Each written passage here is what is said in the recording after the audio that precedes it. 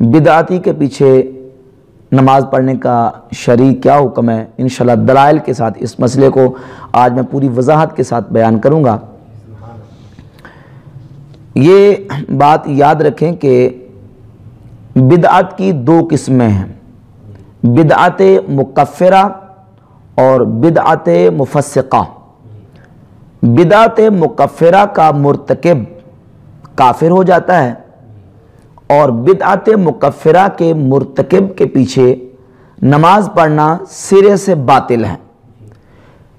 وہ ایسے ہے کہ جیسے کسی یہودی یا عیسائی یا کسی سکھ یا ہندو کے پیچھے نماز پڑھنا ہے، کیونکہ وہ کفر کا ارتکاب کر کے کافر ہو چکا ہے، اس کے پیچھے نماز سرے سے باطل ہے۔ بدعت مکفرہ کی چند مثالیں میں پیش کر دیتا ہوں۔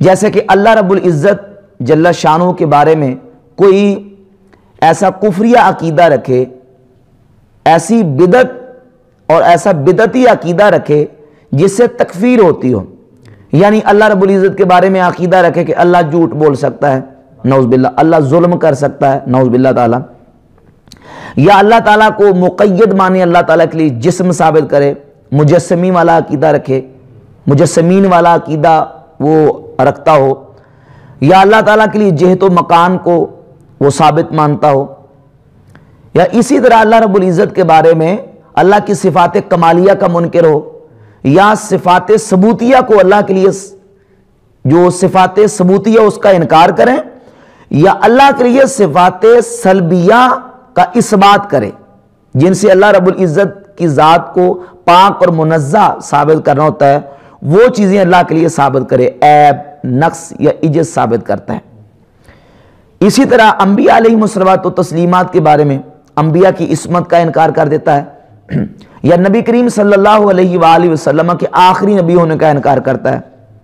یوں کہے کہ نبی کریم علیہ السلام کے بعد بھی کوئی نبی آ جائے تو حضور کی ختم نبوت میں کوئی فرق نہیں آتا، یا یوں کہے کہ نبی کریم علیہ السلام کا خاتم ہونا بئی معنی ہے کہ آپ کا زمانہ انبیاء سابق کے بعد اور آپ سب میں آخری نبی ہیں۔ یہ عوام کا خیال ہے اور اہل فہم پر روشن ہے کہ تقدم یا تاخر زمانے میں بھی ذات کچھ فضیلت نہیں ہے، یا نبی کریم صلی اللہ علیہ وآلہ وسلم کے علم پاک کو رذیل چیزوں کے علم کے ساتھ تشبیہ دے، یا نعوذ باللہ یہ کہے کہ حضور علیہ السلام سے شیطان کا علم زیادہ ہے، یا اسی طرح کئی اور کفریہ عقائد اور ایسی بدعت کا مرتکب ہو جو بدعت مکفرہ ہو۔ مثال کے طور پہ قرآن مجید کے بارے میں یہ عقیدہ رکھے کہ یہ جو ہمارے پاس مسلمانوں کے پاس قرآن موجود ہے یہ قرآن اصلی نہیں ہے، اس میں کمی زیادتی کر دی گئی ہے، اس میں تحریف ہوئی ہے، تو ایسی بدعت کا مرتکب جو ہے وہ بدعت مکفرہ کا مرتکب ہے، اس کے پیچھے نماز سرے سے باطل ہے۔ یا غیر نبی کو انبیاء علیہم الصلوات و تسلیمات سے افضل ہونے کا عقیدہ رکھتا ہو تو یہ بدعت مکفرہ ہے۔ یا اس کے علاوہ دیگر جو بدعات مکفرہ ہیں ان کا عقیدہ رکھتا ہوں، یا یوں کہے کہ نعوذ باللہ نبی کریم علیہ السلام مر کے مٹی میں مل گئے ہیں، یا یہ کہے کہ نبی کا مقام جو ہے وہ بڑے بھائی کا سا ہے، نبی کی تعظیم بڑے بھائی کسی کیجیے بس۔ اس طرح کے جو عقائد رکھنے والا ہے وہ بدعات مکفرہ کا مرتکب ہے۔ یا نبی کریم علیہ السلام کے صحابہ کے بارے میں یہ کہے کہ تمام صحابہ گمراہی پر جمع ہو گئے، علی ھذا القیاس۔ اس طرح کے جو بدعتی عقیدے رکھنے والا ہے وہ بدعات مکفرہ کا مرتکب ہے۔ بدعات مکفرہ کے مرتکب کے پیچھے نماز سرے سے باطل ہے، ایسے ہے جیسے کسی یہودی یا عیسائی کے پیچھے نماز پڑھنا یا کسی ہندو یا سکھ کے پیچھے نماز پڑھنا، بالکل سرے سے باطل ہے۔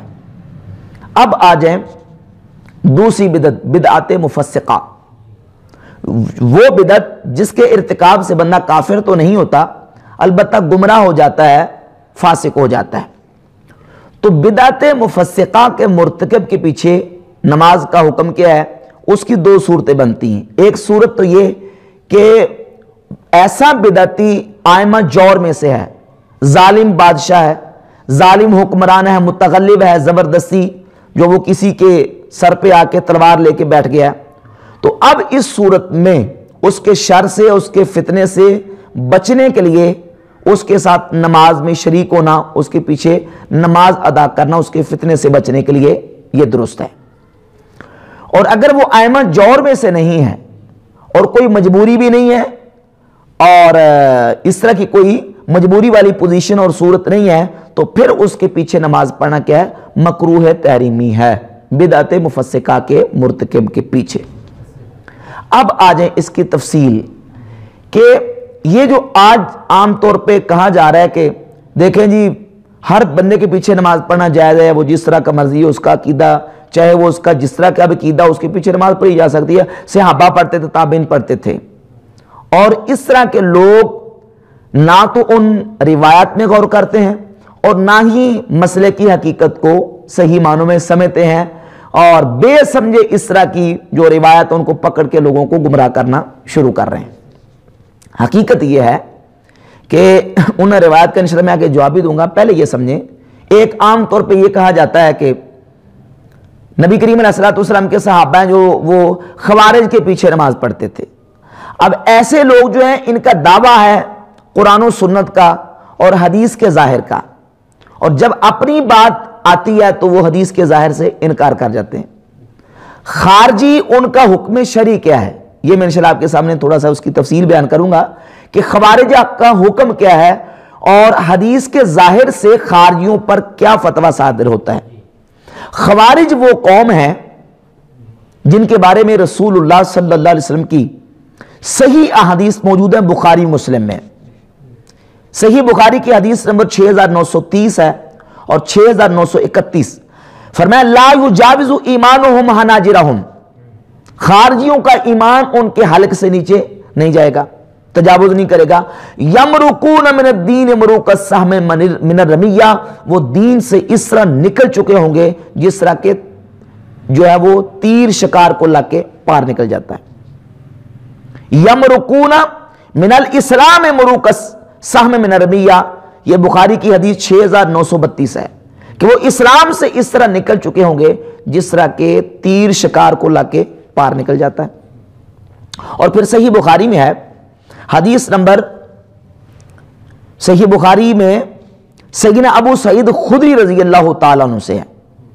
سیدنا ابو سعید خدری رضی اللہ تعالیٰ عنہ فرماتے ہیں کہ نبی کریم علیہ السلام نے ارشاد فرمایا یخرج فی ہذہ الامۃ ولم یقل منہا، اس امت میں ایک ایسا گروہ نکلے گا، یہ نہیں فرمایا کہ اس امت سے نکلے گا۔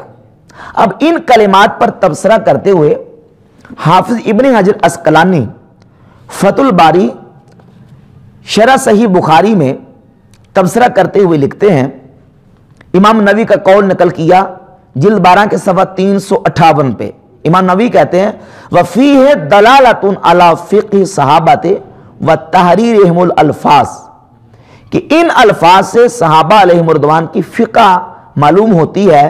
وَفِيهِ إِشَارَةٌ من ابی سعید الى تکفیر الخوارج، کہ اس سے اشارہ ملتا ہے کہ حضرت ابو سعید خدری رضی اللہ تعالیٰ عنہ خارجیوں کو مسلمان نہیں سمجھتے تھے، خارجیوں کو کافر سمجھتے تھے۔ وَأَنَّهُمْ مِنْ غَيْرِ هَذِهِ الْأُمَّةِ، کہ وہ خارجی اس امت میں داخل نہیں۔ سیدنا ابو سعید خدری رضی اللہ تعالیٰ عنہ کا فتویٰ بھی یہی ہے، اور اسی طرح نبی کریم علیہ السلام کے ایک صحابی حضرت ابو امامہ باہلی رضی اللہ تعالیٰ سنن ابن ماجہ کی حدیث نمبر 176 ہے، جب خوارج کو قتل کر کے ان کی گردنیں اتار کے مسجد کی جو باہر لٹکا دی، ابو امامہ باہلی رضی اللہ تعالیٰ عنہ آئے، آ کے جب انہوں نے دیکھا تو آپ نے ارشاد فرمایا قد کانوا ہؤلاء مسلمین فصاروا کفارا، یہ لوگ جن کی گردنیں اتار کر مسجد کے باہر لٹکایا گیا ہے یہ پہلے مسلمان تھے، فصاروا کفارا، پس یہ مسلمانوں سے کافر ہو چکے ہیں۔ سند اس کی کیا ہے؟ صحیح ہے۔ اور امام ابن زمانی نے اپنی کتاب اصول السنہ جلد 2 صفحہ 941 پر روایت کا نمبر 230 اسی روایت کو ان الفاظ کے ساتھ بیان کیا ہے کہ انہم کانوا من اہل الاسلام، یہ خارجی پہلے مسلمان تھے، فخرجوا من الاسلام، اب یہ اسلام سے کیا ہے؟ نکل چکے ہیں۔ تو ابو امامہ باہلی رضی اللہ تعالیٰ عنہ، سیدنا ابو سعید خدری رضی اللہ تعالیٰ عنہ اور نبی کریم علیہ الصلوۃ والسلام کی احادیث کے ظاہر سے جو سمجھ آتا ہے وہ یہی ہے کہ حضور فرماتے ہیں وہ اسلام سے نکل چکے ہیں. صحابہ بھی ان کو مسلمان نہیں سمجھتے تھے, ابو سعید خدری بھی ان کو کافر سمجھتے تھے, ابو امامہ باہلی رضی اللہ تعالیٰ عنہ بھی ان کو کافر سمجھتے تھے, امام بخاری بھی خوارج کو کافر سمجھتے تھے, اور امام ابن حجر اسقلانی بھی کہتے ہیں خوارج کے بارے میں کفر کا فتویٰ وہی صحیح ہے, وہی راجح. اسی کتاب کے صفحہ 370 اور 71 پر انہوں نے اس بات کو بیان کیا ہے کہ خوارج کے بارے میں جو کفر کا فتویٰ ہے وہی راجح ہے, اور وہی امام بخاری کا موقف ہے, وہی امام ابن حجر اسقلانی رحمۃ اللہ کا موقف ہے کہ صحابہ اور محدثین خوارج کو کیا سمجھتے تھے؟ کافر. جب وہ کافر ہیں اور حدیث کا ظاہر بھی اسی طرف مشعر ہے کہ خوارج جو ہے وہ کیا ہے؟ کافر. اب بخاری مسلم کی متفقون علیہ حدیث ہے کہ نبی کریم صلی اللہ علیہ وسلم کی حدیث کا مفہوم ہے جو کسی مسلمان کو کافر کہے تو یہ مسلمان کو کافر کہنے والا خود کافر ہو جائے گا اگر جس کو کافر کہا گیا وہ کفر کے فتوے کا مصداق نہیں, تو کہنے والا کیا ہوگا؟ کافر. اب وہ خوارج جنہوں نے مولا کائنات علی مرتضی شیر خدا کو جن کا جنتی ہونا قطعی ہے ان کو کافر کہا, تو یہ خارجی کافر کہنے والے کیا مسلمان باقی رہے؟ تو یہ مولا علی کو کافر کہنے کی وجہ سے خود کیا ہو گئے؟ کافر. جب وہ کافر ہیں ان کا کفر واضح ہے تو اب پھر معلوم ہوا کہ وہ کافر ہیں, تو کافر کے پیچھے نماز درست نہیں ہے. جس کی بدعت مکفرہ ہے اس کے پیچھے نماز سرے سے کیا ہے؟ باطل ہے, سرے سے ہوتی نہیں ہے. اسی وجہ سے امام بخاری رحمۃ اللہ علیہ نے اپنی کتاب خلق و افعال العباد, یہ ان کی کتاب ہے دار الکتب العلمیہ بیروت سے چھپی ہے, اس کے صفحہ نمبر 11 پر امام بخاری رحمۃ اللہ علیہ امام احمد ابن حنبل رحمہ اللہ کا فتویٰ پیش کرتے ہیں کہ امام احمد ابن حنبل رحمۃ اللہ تعالی فرماتے ہیں ما ابالی صلیت خلف الجہمی الرافضی ام صلیت خلف الیہود والنصارى, کہ مجھے کوئی پرواہ نہیں ہے, میرے نزدیک برابر ہے میں کسی جہمی یا رافضی کے پیچھے نماز پڑھوں یا میں کسی یہودی یا عیسائی کے پیچھے نماز پڑھوں. یہودی اور عیسائی اور جہمی اور رافضی کے پیچھے نماز پڑھنا میرے نزدیک کیا ہے؟ برابر ہے. اور فرماتے ہیں ولا یسلم علیہم, ان کو سلام بھی نہ کیا جائے, ولا یعادون, ان کی عیادت بھی نہ کی جائے بیمار ہو جائے, ولا یناکحون, اور ان کے ساتھ نکاح بھی نہ کیے جائے, ولا یشہدون, اور ان کے نماز جنازہ میں شرکت بھی نہ کی جائے, ولا توقل ذبائحہم, اور ان کا ذبیحہ بھی نہ کھایا جائے, ان کا ذبح کردہ جانور نہ کھایا جائے. یہ امام احمد بن حنبل کا فتویٰ ہے, اور اس فتوے کو تائیداً امام بخاری رحمۃ اللہ اپنی کتاب خلق و افعال العباد میں لے کے ہیں. امام بخاری کا بھی یہی موقف ہے کہ ان کے پیچھے نماز درست نہیں ہے. بدعت مکفرہ کے مرتکب کے پیچھے نماز سرے سے درست نہیں, بلکہ نماز کیا؟ باطل ہے. ایسے ہیں جیسے کسی یہودی یا عیسائی کے پیچھے نماز پڑھنا ہے. امام مالک رحمۃ اللہ علیہ کا فتویٰ امام ابن زمانین نے بیان کیا ہے اپنی کتاب اصول سنہ میں. ابن سہنون مالکی رحمۃ اللہ علیہ سہنون فرماتے ہیں قال اشہب سئل مالک, حضرت اشہب سے پوچھا گیا, حضرت اشہب فرماتے ہیں امام مالک رحمۃ اللہ علیہ سے قدریہ کے بارے میں پوچھا گیا, اصول سنہ کی جلد 987. تو امام مالک رحمۃ اللہ علیہ نے فرمایا قوم سوء, یہ بڑے برے لوگ ہیں, فلا تجالسوہم, ان کے پاس مت بیٹھو. قیل ولا یصلی خلفہم, کہا گیا کیا ان کے پیچھے نماز بھی نہ پڑھی ہے؟ تو فقال نعم, فرمایا کہ ہاں ان کے پیچھے نماز بھی نہ پڑھی ہے, ان کے پیچھے نماز مت پڑھو. امام مالک کا بھی یہی فتویٰ ہے, امام احمد بن حنبل کا بھی یہی فتویٰ ہے, امام بخاری کا بھی یہی فتویٰ ہے کہ بدعت مکفرہ کے قائل کے پیچھے, مرتکب کے پیچھے نماز درست نہیں, نماز ان کے پیچھے کیا ہے؟ باطل ہے. تو اب ان روایات سے یہ بالکل بات واضح ہو گئی. اب رہ گیا مسئلہ بدعت مفسقہ کے مرتکبین کا کہ ان کے پیچھے نماز. تو اب میں نے اس کی 2 صورتیں بیان کی تھی کہ اگر بدعت مفسقہ کا مرتکب ائمہ جور میں سے ہے تو ظاہر ہے کہ اس کے کوڑے کا, اس کی تلوار کا مسئلہ ہے, اندیشہ ہے, خدشہ ہے کہ وہ تکلیف دے گا, اذیت دے گا, اور اذیت انہوں نے دی ہے, اس لیے ان کے پیچھے نماز پڑھنا جائز ہے تاکہ اس اذیت سے اور ان کے اس فتنے سے بچا جا سکے۔ اب اس سلسلے میں جتنی روایات پیش کی جاتی ہیں، پہلے تو میں اس سلسلے میں کچھ روایات پیش کروں گا سنن نسائی سے۔ امام نسائی رحمۃ اللہ علیہ نے سنن نسائی میں باقاعدہ باب قائم کیا ہے الصلاۃ مع ائمۃ الجور، ظالم بادشاہوں کے پیچھے ظالم اماموں کے ساتھ نماز پڑھنے کا بیان۔ حدیث نمبر 775 اور 776 ہے، 775 اور 776۔ 775 حدیث میں حضرت ابو ذر غفاری رضی اللہ عنہ فرماتے ہیں کہ نبی کریم صلی اللہ علیہ وآلہ وسلم نے ارشاد فرمایا صلی صلاۃ لوقتها، نماز کو اس کے وقت پر ادا کرو، فإن أدركت معهم فصلی، اگر تم ائمہ جور کو پاؤ تو ان کے ساتھ نماز پڑھ لو، ولا تقل انی صلیت فلا اصلی، ان سے یہ نہ کہو کہ میں نماز پڑھ چکا ہوں اب میں تمہارے ساتھ نماز نہیں پڑھوں گا، یہ نہ کہو، یعنی پہلے سے نماز پڑھ لو، اب ان کے فتنے سے بچنے کے لیے تم ان کے ساتھ کھڑے ہو جاؤ تاکہ وہ تمہیں اذیت نہ دے، تمہیں نقصان نہ پہنچائے۔ ان سے یہ نہ کہو کہ میں نماز پڑھ چکا ہوں اب میں تمہارے ساتھ نہیں پڑھوں گا، بلکہ ان کے ساتھ نماز تم ادا کر لو۔ اور حدیث 776 ہے، یہ ہے سیدنا عبداللہ ابن مسعود رضی اللہ عنہ فرماتے ہیں کہ نبی کریم علیہ الصلوۃ والسلام نے ارشاد فرمایا لعلکم ستدرکون اقواما یصلون صلاۃ لغیر وقتها، کہ اے عبداللہ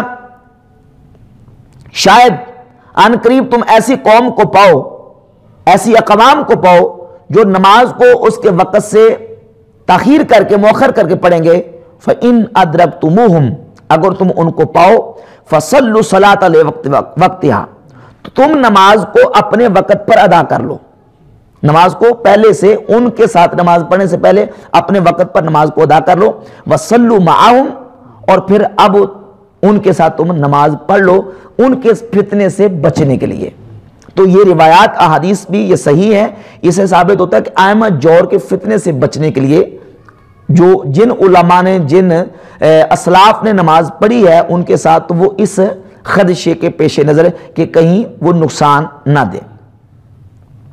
باقی عام نارمل حالات میں احادیث موجود ہیں، سنن ابن ماجہ میں حدیث نمبر 1081 ہے، سرکار دو عالم صلی اللہ علیہ وسلم کی حدیث ہے، پوری تفصیل کے ساتھ لمبی حدیث ہے، اس کا ایک ٹکڑا اور حصہ یہ ہے کہ لا یؤم فاجر مؤمنا، کوئی فاجر کسی مومن کا امام نہ بنے، مومن کا فاجر امام نہ بنے، ہاں الا ان یقہرہ بسلطان، مگر کوئی اپنی طاقت سے اس پر غلبہ کر لے، وہ مقتدی مقہور ہو جائے، یخاف سیفہ و صوتہ، اب اس مقہور معموم کو مقتدی کو اس ظالم امام کے کوڑے کا اس کی تلوار کا ڈر ہو تو اب اس کے ساتھ نماز ادا کر لے۔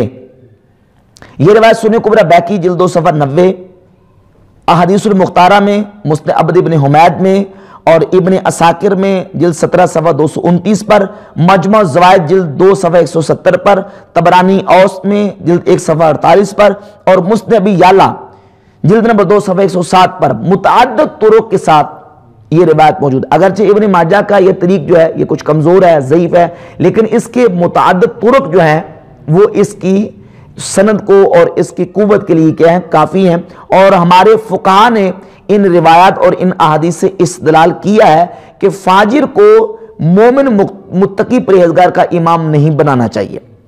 ایک روایت یہ، دوسری روایت یہ ہے مستدرک حاکم جلد 3 صفحہ 43 پر، حدیث کا نمبر ہے 5048، سیدنا مرثد ابن ابو مرثد الغنوی رضی اللہ عنہ صحابی سے یہ حدیث ہے، فرماتے ہیں نبی کریم علیہ السلام نے ارشاد فرمایا کہ جو بندہ اس بات کو پسند کرتا ہے، اس بات پر خوش ہوتا ہے ان تقبل صلاتکم، کہ تمہاری نماز اللہ کی بارگاہ میں قبول کی جائے، تو اپنا امام اپنے بہتر لوگوں کو بناؤ، کیونکہ تمہارا امام تمہارے اور تمہارے رب کے درمیان نمائندہ ہے، تمہارے اور تمہارے رب کے درمیان نمائندہ ہے۔ یہ روایت مصدق کے حاکم بھی موجود ہے، طبرانی کبیر جلد 9 صفحہ 60 پر، حدیث کا نمبر ہے 17165، الاصابہ جلد 3 صفحہ 1811 پر، امام ابن عسقلانی نے اس کے متعدد طرق بیان کیے ہیں۔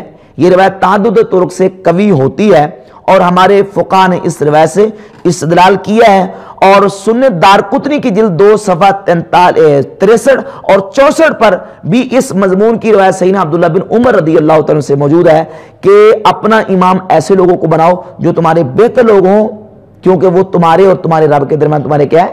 نمائندے ہیں۔ تو عام حالات میں ان احادیث کے پیش نظر متقی پرہیزگار کو امام بنانا چاہیے، کسی بدعتی کو، بدعت مفسقہ کے مرتکب کو نماز میں اپنا امام منتخب کرنا یہ درست نہیں ہے۔ اور اس کی ایک وجہ یہ بھی ہے کہ بدعتی جو ہے اس کا کوئی عمل نہ نفل نہ فرض اللہ کی بارگاہ میں قبول نہیں ہوتا۔ یہ دیکھیں صحیح الترغیب والترہیب، امام عبدالعظیم بن عبدالقوی منذری رحمۃ اللہ علیہ نے اپنی کتاب الترغیب والترہیب میں اس حدیث کو بیان کیا ہے، اور غیر مقلدین کے بڑے عالم ہیں ناصر الدین البانی، انہوں نے اس حدیث کی اس کتاب کی تحکیم بھی کی ہے۔ اس کے صفحہ نمبر 26 پر یہ روایت لے کے آئے ہیں، حدیث کا نمبر 53، وَرَوَاهُ ابن ماجہ وابن ابی عاصم فی کتاب سنہ من حدیث ابن عباس وَلَفْظُهُمَا، کہتے ہیں ابن ماجہ نے بھی اس کو روایت کیا ہے، امام ابن ابی عاصم نے کتاب السنہ میں روایت کیا ہے، اور دونوں کے لفظ یہ ہیں کہ رسول اللہ صلی اللہ علیہ وآلہ وسلم نے ارشاد فرمایا اب اللہ ان یقبل عمل صاحب بدعت، اللہ انکار کرتا ہے کہ اللہ بدعتی کے کسی عمل کو قبول کرے، حتیٰ یدع بدعتہ، حتیٰ کہ وہ اپنی بدعت کو چھوڑ دے۔ جب تک وہ اپنی بدعت کو نہیں چھوڑتا اللہ اس کے عمل کو قبول نہیں کرتا۔ تو بدعتی کا عمل اللہ کی بارگاہ میں قابل قبول نہیں ہے۔ جب اس کا عمل اللہ کی بارگاہ میں قابل قبول نہیں ہے تو پھر اس کے پیچھے نماز اس کو اپنا امام منتخب کرنے کا کیا مطلب ہوا؟ یہی روایت کتاب السنہ میں امام احمد ابن حنبل رحمۃ اللہ علیہ کے بیٹے عبداللہ ابن احمد ابن حنبل، یہ ان کی کتاب ہے کتاب السنہ، مجسمین اور غیر مقلدین کے ہاں یہ کتاب حجت ہے۔ اب زیادہ نہیں تو کم از کم الزاماً ان کے ہاں یہ چونکہ کتاب حجت ہے، اس سے حوالہ میں اس سلسلے میں پیش کر دیتا ہوں۔ روایت کا نمبر ہے 1288۔ اس حدیث کے جو آخری کلمات ہیں وہ یہ ہیں، روایت بھی نیچے محقق نے لکھا ہے کہ یہ حدیث صحیح ہے، لا یقبل منہ صرف ولا عدل، کہ بدعتی کا کوئی فرض اور کوئی نفل اللہ رب العزت قبول نہیں کرتا۔ حدیث صحیح سے یہ بات واضح ہے کہ بدعتی جو ہے وہ اللہ رب العزت کی بارگاہ میں مبغوض ہے، اس کا کوئی عمل اللہ کی بارگاہ میں قابل قبول نہیں ہے۔ جو سمپل بدعتی ہے اور جو ایسا بدعتی جس کی مذمت خود نبی کریم علیہ الصلوۃ والسلام نے اس قدر شدید فرمائی ہے کہ خوارج کو اللہ کے نبی علیہ الصلوۃ والسلام نے جہنم کے کتے فرمایا، ہم شر الخلق والخلیقہ، وہ اللہ کی مخلوق میں سے سب سے بدترین مخلوق ہے۔ صحیح مسلم میں ہے حدیث نمبر 2469، ہم شر الخلق والخلیقہ، کہ خوارج اللہ کی مخلوق میں سے بدترین مخلوق ہیں۔ اور بدترین مخلوق کون ہے؟ وہ ظاہر کافر ہے، مسلمان تو اللہ کی مخلوق میں سے بدترین مخلوق نہیں ہو سکتا، تو یہ کافر کا وصف ہے۔ اسی طرح ابن ماجہ کی حدیث 176 میں کہ شر قتلہ قتلوا تحت ادیم السماء، کہ یہ اللہ کی مخلوق میں سے آسمان کے نیچے سب سے بدترین مخلوق ہے، اور ان کو جہنم کے کتے بھی کہا گیا۔ تو ایسے بدترین بدعتی جو ہے ان کے پیچھے نماز ہرگز درست نہیں ہو سکتی، اور بدعتی کا عمل اللہ کی بارگاہ میں قابل قبول بھی نہیں ہے۔ اب آ جائیں ان شبہات کی طرف جو اس سلسلے میں پیش کیے جاتے ہیں۔ ایک تو وہ روایت پیش کی جاتی ہے مصنف ابن ابی شیبہ سے، جس کو امام ابن ابی شیبہ باقاعدہ باب قائم کر کے لے کے ہیں فی الصلاۃ خلف الامراء۔ امراء سے مراد ظاہر ہے کہ یہ وہی جو امام جور ہیں، ظالم بادشاہ ہیں، جو ظالم بادشاہ ان کے پیچھے امراء کے پیچھے نماز پڑھنے کا بیان۔ اس میں ایک روایت لے کے آتے ہیں امام حسن مجتبی رضی اللہ تعالیٰ عنہ فرماتے ہیں کہ مومن کو منافق کے پیچھے نماز پڑھنا کوئی نقصان نہیں دیتا ہے، اور منافق کو کسی مومن کے پیچھے نماز پڑھنا کوئی فائدہ نہیں دیتا ہے۔ تو اس سے وہ استدلال کرتے ہیں کہ مطلب یہ نکلا کہ کسی منافق کے پیچھے مومن نماز پڑھ سکتا ہے۔ 2 منٹ کے لیے اگر اس حدیث کو صحیح مان لیا جائے روایت کو، تو اب سوال یہ پیدا ہوتا ہے کہ مومن منافق کے پیچھے نماز پڑھے تو مومن کو کوئی نقصان نہیں ہوتا۔ منافق سے مراد کون سا منافق ہے؟ منافق اعتقادی ہے یا منافق عملی ہے؟ اگر تو مراد یہ لی ہے کہ منافق اعتقادی کے پیچھے بھی نماز پڑھے تو کوئی نقصان نہیں ہوتا، تو پتہ ہے منافق اعتقادی کس کو کہتے ہیں؟ منافق اعتقادی وہ ہوتا ہے کہ جو اندر سے عقیدہ کفریہ رکھتا ہو، اندر سے اسلام کی تصدیق نہ کرتا ہو، اسلام کو نہ مانتا ہو، ظاہر سے وہ لوگوں کے سامنے وہ اپنے آپ کو مسلمان کہتا ہو۔ تو اصل میں منافق اعتقادی جو ہے وہ بس نبی کریم علیہ الصلوۃ والسلام کی ظاہری آیات طیبہ تک تھے۔ حضور علیہ الصلوۃ والسلام کی وصال کے بعد یا اسلام ہے یا کفر ہے، تیسرا کوئی درمیانہ درجہ نہیں ہے۔ تو منافق اعتقادی سے مراد ظاہر کافر ہے۔ اس کا مطلب یہ کہ کوئی مسلمان کسی کافر کے پیچھے نماز پڑھے تو کسی مسلمان اور مومن کو کوئی نقصان نہیں ہوگا، یہ تو مطلب سرے سے باطل ہے۔ تو لا محالہ پر یہی مطلب نکلے گا کہ منافق اعتقادی نہیں بلکہ منافق عملی۔ منافق عملی جس طرح حدیث میں آتا ہے کہ منافق کی کچھ علامات ہیں، جھوٹ بولنا بھی منافق کی علامت قرار دیا گیا، تو اس سے مراد منافقت عملی ہے، منافقت اعتقادی مراد نہیں ہے۔ یہ تو تھی حدیث کی وضاحت، اگر اس کو صحیح مان لیا جائے، اور حقیقت یہ ہے کہ یہ روایت سند کے اعتبار سے صحیح نہیں ہے۔ اس میں جو راوی ہیں ابو حرہ، واصل بن عبد الرحمن ابو حرہ، اس کے بارے میں امام ابن حجر عسقلانی نے تہذیب التہذیب میں، جلد میرے پاس اس کی 7 ہے، دارالحدیث القاہرہ مصر سے چھپی ہے، اس میں ترجمہ نمبر ہے 8593۔ امام ابن حجر عسقلانی لکھتے ہیں اسی ابو حرہ کے بارے میں، ابو حرہ کے بارے میں لکھتے ہیں قال النسائی ضعیف، ابو حرہ ضعیف ہے۔ وقال البخاری یتکلمون فی روایاتی عن الحسن، امام بخاری کہتے ہیں کہ محدثین نے ابو حرہ کہ میں کلام کیا ہے ان روایات میں جو انہوں نے امام حسن مجتبیٰ سے روایت کی ہیں۔ اور امام یحییٰ بن معین فرماتے ہیں حدیثہ عن الحسن ضعیف، ابو حرہ کی حضرت امام حسن سے جو احادیث ہے وہ ضعیف ہیں۔ امام ابن سعد کہتے ہیں کان فیہ ضعف، اس میں کیا ہے؟ ضعف ہے۔ تو لہذا ابو حرہ کی امام حسن سے احادیث صحیح نہیں ہے، وہ احادیث ضعیف ہیں۔ یہ حدیث بھی ابو حرہ کی امام حسن سے ان کے ساتھ ہے، یہ حدیث بھی درجہ صحت کو نہیں پہنچتی۔ جب حدیث صحیح نہیں ہے تو اس سے استدلال بھی کیا ہے؟ باطل ہے۔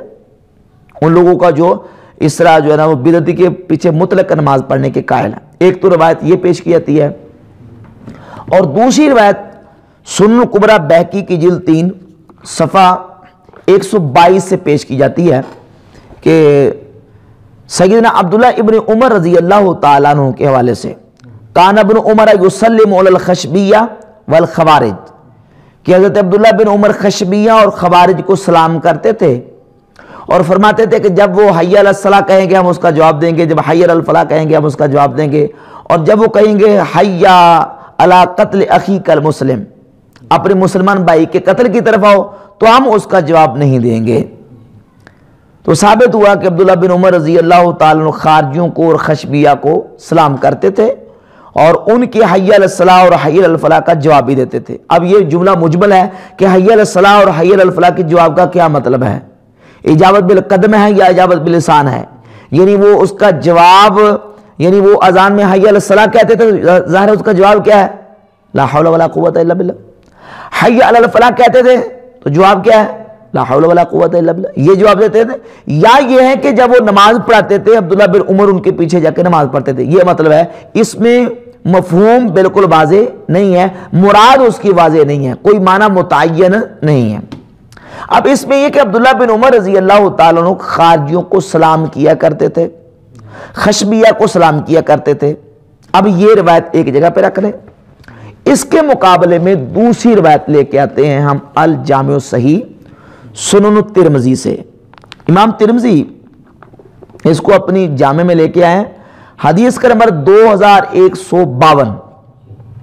حدیث سند کے اعتبار سے امام ترمذی کہتے ہیں حسن صحیح، یہ حدیث کیا حسن صحیح ہے۔ سیدنا عبداللہ بن عمر رضی اللہ عنہ کے سامنے ایک شخص آیا اور اس نے آ کے آپ کو کہا